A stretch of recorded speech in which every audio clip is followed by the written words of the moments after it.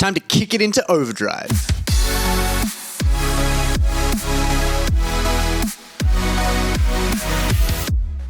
What's going on, everyone? Matt, aka Martin here. Today we are going to be breaking down my latest track called Overdrive, which is out now on all major platforms via Evoked Natives. We're going to be diving into the project file, taking a look around at how I made certain things and how I approached making this tune. But first, if you haven't heard the song yet, here's a small little snippet.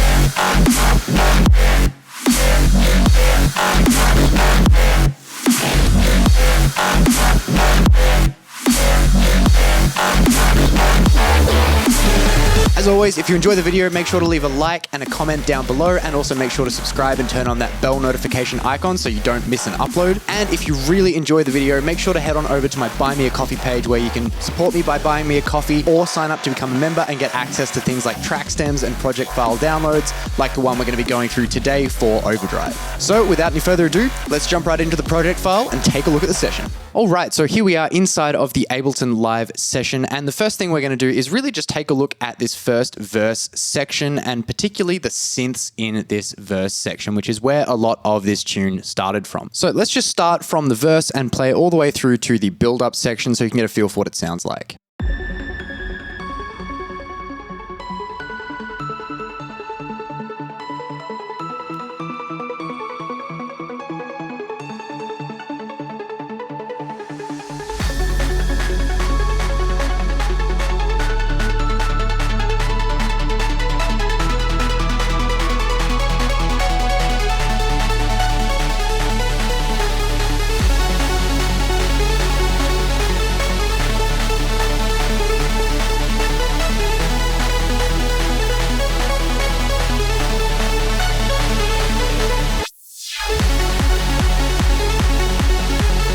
So there's a bunch of different layers going on there, and let's break them down one by one in this main synths section first of all. So of course we have that main ARP sound here, which comes in right at the very beginning of the verse and then evolves into this bigger thing later on. But let's go down from the top. We have this main pad sound, which sounds like this.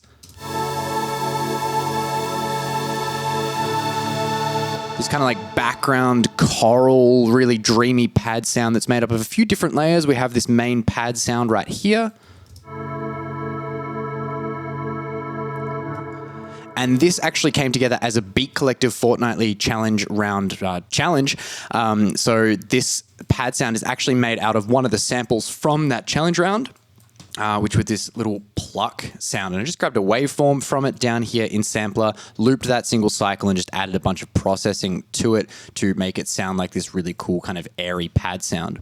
I laid that with a choir sample, a wavetable patch, which just sounds like this. Again, pretty light and airy. And then this kind of instrument rack here, which again uses that same sample as I used for the pad sound here, but just applies some slightly different kind of processing to it, and that sounds like this.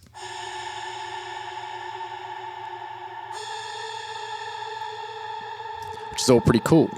And in the verse, and also in the second part of this kind of hands up trancey section here, we have this sample here, which is actually providing like a bit of a 16th note rhythm, which actually ends up coming in for the pre-drop here. So this sounds like this. And that also comes up in this initial verse section right here. Moving on downwards, we have some more bigger chords that we layer on top of those main pads right there. And these bigger chords just kind of fill it out a bit more and act as more of like a super saw stack, if you will. So that's what these sound like.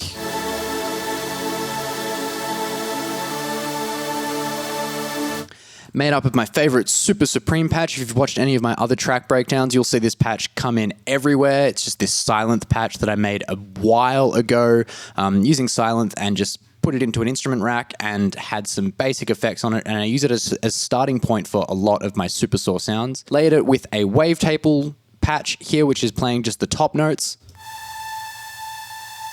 Pretty common, and if you check out my stacking chords videos or making chord stacks or whatever it is, that I use this technique in there as well. And then another kind of top line here, which is actually just a noise layer.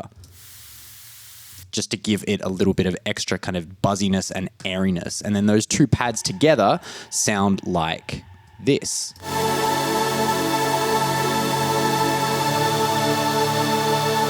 Kind of big, euphoric, choral synth pad thing. So let's move on now down to the ARP group, which is kind of the main, thing of this whole tune is this ARP pattern that comes in every so often and kind of forms the backing and backbone for this whole tune. So this is made up of 3 different layers. We have this main layer here, which again is using that super supreme sound as a starting point and with just a bunch of extra processing and stuff going on. And I just have this ARP pattern here that's, pretty kind of standard. I haven't used an arpeggiator for it because I've wanted to actually have some different notes and stuff going around. So this is what this main ARP patch sounds like. And you'll notice on the ARP group as well, I have a bunch more processing, some OTTs, some EQs, delays, reverbs, sidechain compression, filters, and a bunch of other stuff going on there. And just to glue all these different sounds together. So that's that main ARP sound, which is really the main one you hear. Then that's layered with this operator patch, which just gives it a little bit more of that kind of plucky characteristic. And then also a kind of grand piano, taking a leaf out of the book from my chord stacking video where I use grand piano to accentuate the transients of the chords. I kind of did the same thing here with this grand piano in this ARP sound. So this is what this grand piano sounds like by itself.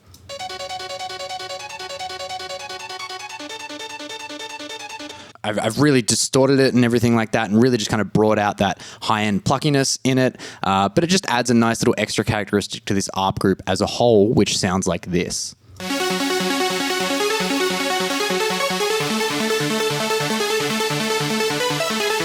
And that's pretty much all of the main synths that are going on throughout this first verse and kind of hands up section. Of course, we have the main piano that comes in the verse, which sounds like this. It's nothing too special. It's just got a grand piano patch that's been EQ'd to make a lot brighter, had some delay applied to it, some reverb and some OTT as well to just really make it super in your face as this like trance piano, dreamy trance piano.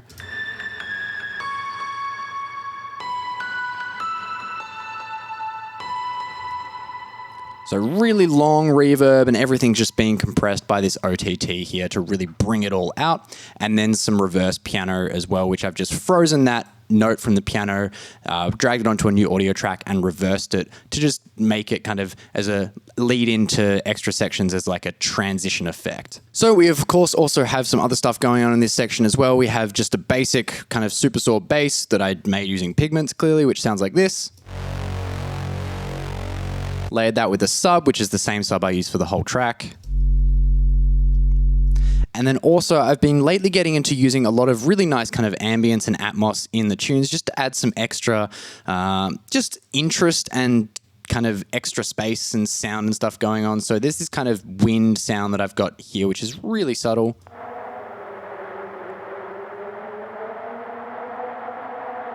I think I just grabbed a sample and then did some, really intense EQing and processing on it just to add a little bit of extra something to this section of the tune. And then I've got a bunch of rises and stuff going on here as well. There's nothing too special happening in the drums for this verse and hands up section, so we'll skip that. And we'll also skip the build up and jump straight into the drop. So I'm just going to play this last little part of the build up into the drop.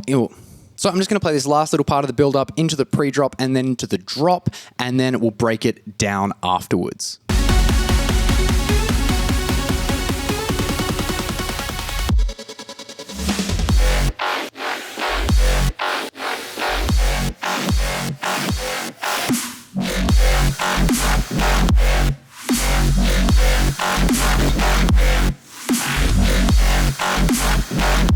So my computer's having a little bit of trouble rendering this last little part there, but if you want to hear it in full, you can listen to the entirety of the track on your service of choice. But let's dive in and break this down really quickly. So of course we have this build-up section right here, which has this little pre-drop section, which is just using kind of a stutter from that little stuttery synth that I showed earlier. And this little drum fill right here. And then we dive into a pre-drop. So I really wanted to structure this drop with a bit of a pre-drop and make it also pretty different. The whole idea of this tune was to just go really wild with everything and have some different structures and a bunch of different genres and everything all mashed into one. So I wanted to have this kind of pre-drop here, which is what I did. I had it, so I've got this kind of 1 bar break and then a pre-drop here. It goes for 4 bars before the actual drop kind of comes in, so that we get used to hearing these new bass sounds and everything that haven't actually been introduced yet before the drop actually comes in full force. Then of course we have just kind of 2 main halves of this drop here. We've got this first half here, which just basically uses the same pattern throughout the whole thing. And then this second half here, which is kind of a bit of a switch up where it's effectively the same kind of pattern, but I just change up the bass sound a little bit as well. But before we get into the basses, let's just have a quick look at the drums and see what's going on there. There's nothing too special going on in the drums. I have this kick up the top here, which is the kick I use for the whole tune, which is just this kind of great sample that I found and then added some slight EQ and clipping to. And then also this whole drum track here, which is all running into a JST clip, which is really, really useful as a drum bus processor, I find anyway. And I've basically just got a whole bunch of consistent kind of crash sounds going on. And aside from that, there's really just a basic kick, snare, pattern going on with a bit of a reverse snare going on here before also these hi-hats come in here. So let's just take a listen to the drums and the kick together so we get a feel for what these sound like.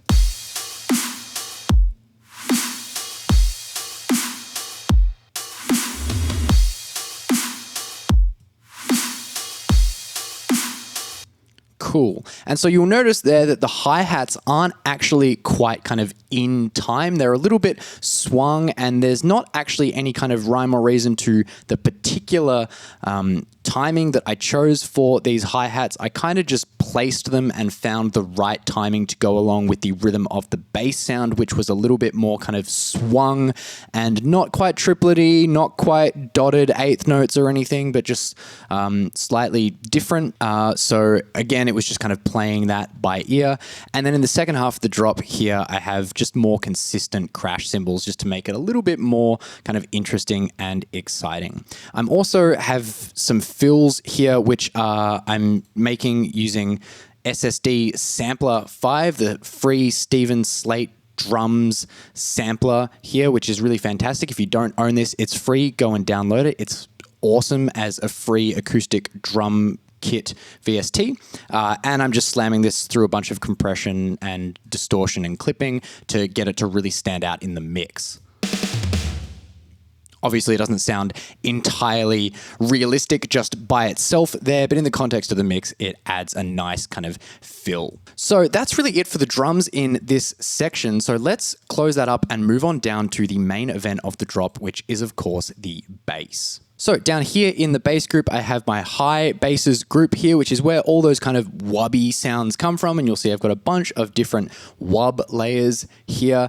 We have this main kind of wub 1, which is layered with a wub 1 layer, which acts as kind of like a stab on pretty much every kick drum throughout the entirety of this drop here. We kind of have the phrasing of this drop being like a 2-bar phrase, then a 2-bar phrase, then a 2-bar phrase, all of which are kind of built on top of each other. Or kind of you can kind of go like a 2-bar phrase, which is A, and then you could say B, and then an A phrase, and then kind of like a C phrase. If you wanted to think of the phrasing of this drop like that. So you've got A, B, A, C kind of thing going on there. But this wub 1 is basically just this kind of sound here, which I've made using wavetable and some extra processing, which sounds like this. And I've layered that with just a more kind of standard sawtooth sound that I've EQ'd a fair bit to just bring out a lot of that brightness in it, to just add a little bit more grit to this sound. And then together, those two sounds sound like this. Hopefully you can kind of hear the difference there. And then the main bass in this section, there's obviously a few other basses and stuff going in here, but the main bass is this wub 3 bass, which then in the second half of this drop becomes the wub 4 bass. And this is where a lot of the rhythm and main kind of drive of the drop is coming from in these bass sounds. So this is what it sounds like, first of all. it's a little bit choppy, I apologize. But you'll see here that actually I have a bunch of attack on the wavetable patch here. And this attack on this wavetable patch is actually what's giving the kind of sound its rhythm. So if I open up my automation here, you'll notice that if I scroll down a little bit, I've actually changed the attack value for every time this wub3 hits on the beat so that it's a little bit kind of more on in time with the beat, and then the offbeat sounds are a little bit more swung and off. And this is what's giving it that interesting rhythm as opposed to just kind of being straight on the beat every single time. And it's also not entirely tripleted or anything because it's just giving the rhythm using this attack of the wavetable here. There's a bunch of extra processing going on in this sound as well. I won't dive into it too much, but I want to dive into the main thing here, which is actually using a vocoder and some resonator on this bass sound, which is a bit of a common technique in the kind of color bass scene and stuff. So up the top here, I have this chord progression track, which is basically just a standard analog that's going on and playing a single sustained chord throughout pretty much the entirety of this drop, except for when the chord changes in these kind of turnarounds here. And I've actually got a vocoder on this wub3 track that's being fed by that chord progression track up the top and kind of adding a little bit of extra kind of like harmony to this bass sound. And then I've got, you'll see here's kind of our dry layer with nothing in it, and then our wet layer, which is where we have that vocoder, some chorus, and some resonator, which is basically mimicking what the chord is being sent into with the vocoder. And then this is just being sent really wide so that the chord is basically just taking up the stereo and not too much of the kind of middle, the sound spatial spectrum. And then we've just got some extra processing and clipping and stuff here, and some automation applied on things like grain delay and some frequency shifting and some reverb and stuff to just add some extra cool fills and whatnot, like with this sound right here.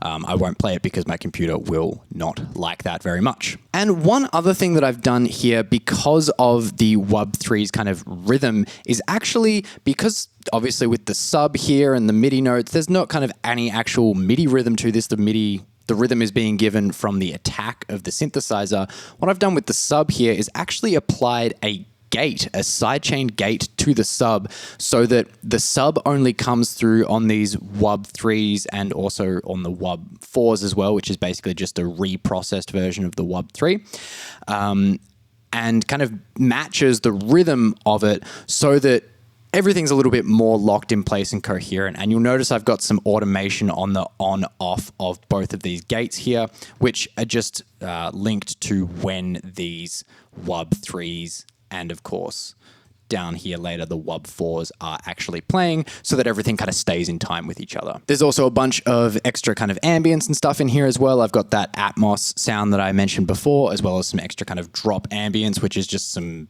again, swamp random sounds and stuff. And I'm vocoding that from the basses, which I didn't even realize I was doing, so that's pretty cool.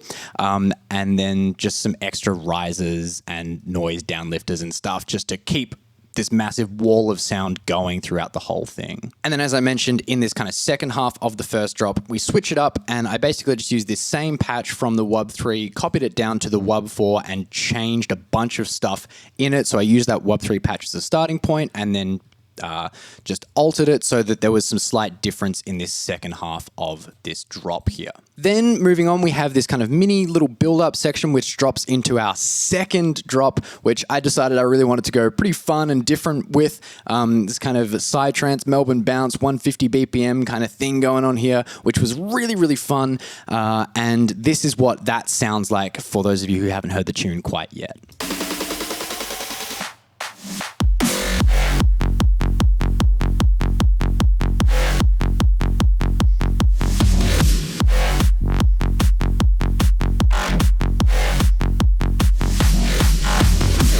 So obviously there's not a huge amount going on here. For the most part, it's just a kick and a bass sound. Let's dive in and have a look at this bass sound really quickly. It's just a basic wavetable patch with some filtering and some EQ and stuff going on there, being run into some reverb and then being bus processed by further processed by a compressor and a clipper. And it's still coming out pretty damn loud in terms of its peak value, but in terms of its like average value, it's not that loud. So we're kind of getting away with having a bit of a louder sound there, and it just sounds better when it's that loud. So I don't know, just I guess suppose forgive me. And on its own, this is what the bass sounds like.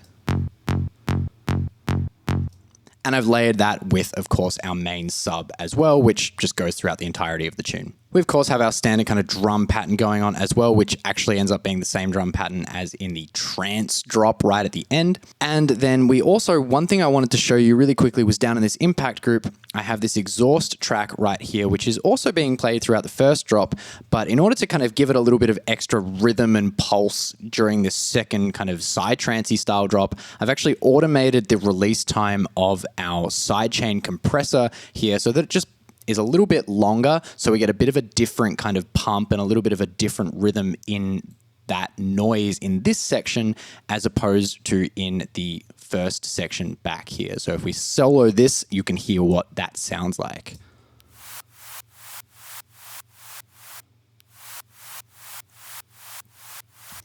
You can see that it's quite a slow pump going on there. In the second half of this drop, we also introduced this really cool kind of airy sound, which is just made by taking that sample one from that Plux thing, once again, that made our initial pads and everything like that. And I just ran that through a bunch of reverb and repitched it using Auburn Sounds Graylon, just repitched it up 12 semitones. And I actually think I've resampled it from somewhere as well. And it sounds like this.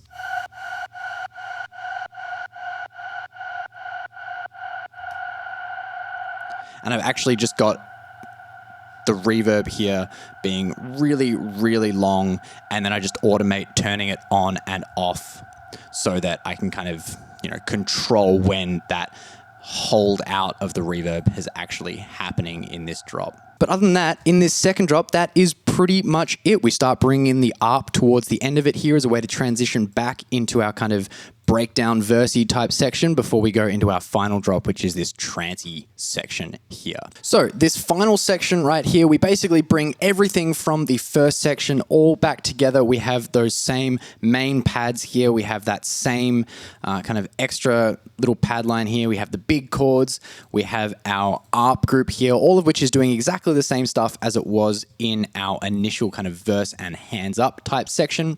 I have some automation going on here on our filters on the ARPs to just kind of fill in those gaps where our piano sound isn't playing. You can see that I've got these held out piano notes here. And then at that same time, whilst that held out piano note is playing, we're just increasing the filter on our ARP sound so that it kind of just takes over from that main piano sound. So there's a lot of kind of back and forth between the melodies here. We have that kind of choppy sample going on throughout this as well. And then we have a rolling bass line, which is always a lot of fun. I've got just a standard kind of saw bass going on right here.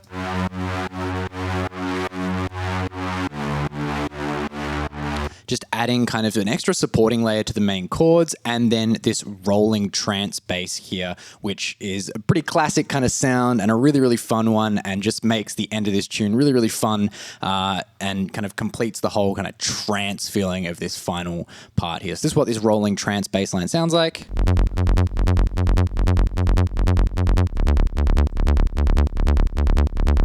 So we have some delay, we have some extra stuff going on here. The main patch is just this operator patch, which is really, there's not a huge amount else going on here. It's just this operator patch with a sawtooth wave that's being filtered with a really quick decaying filter envelope.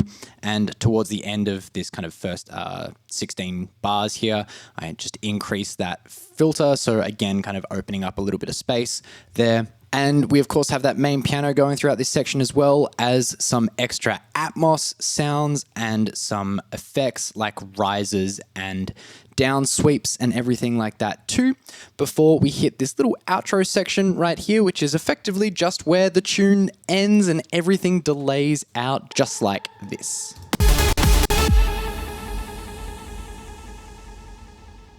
And that is pretty much the tune. There's, of course, a whole lot of other stuff in here that I didn't quite go into. I didn't quite go into a huge amount of the sound design or anything, but as I mentioned, if you guys want to dive into the project file yourself, I have provided a download of the project file to my members on my Buy Me a Coffee page. So if you head over there and sign up as a member, you'll get access to project file downloads from this tune as well as all of my other previous tunes for as long as you're subscribed for. And so that brings us to the end of this video. If there is anything in the project that you want me to take a bit of a deeper dive into, please let me know and I can look at doing a video on it, perhaps either here on YouTube or for my Buy Me a Coffee subscribers and supporters over there. Otherwise, thank you guys so much for watching. Don't forget to like, comment, and subscribe, and head over to my Buy Me a Coffee page if you're interested in getting your hands on the project files and some stems as well. And if you haven't had a chance to listen to the track yet, make sure to do that. I'll put a link in the description. But that's it from me. I hope you're doing well. I hope you're having a great day, and I will see you in the next video.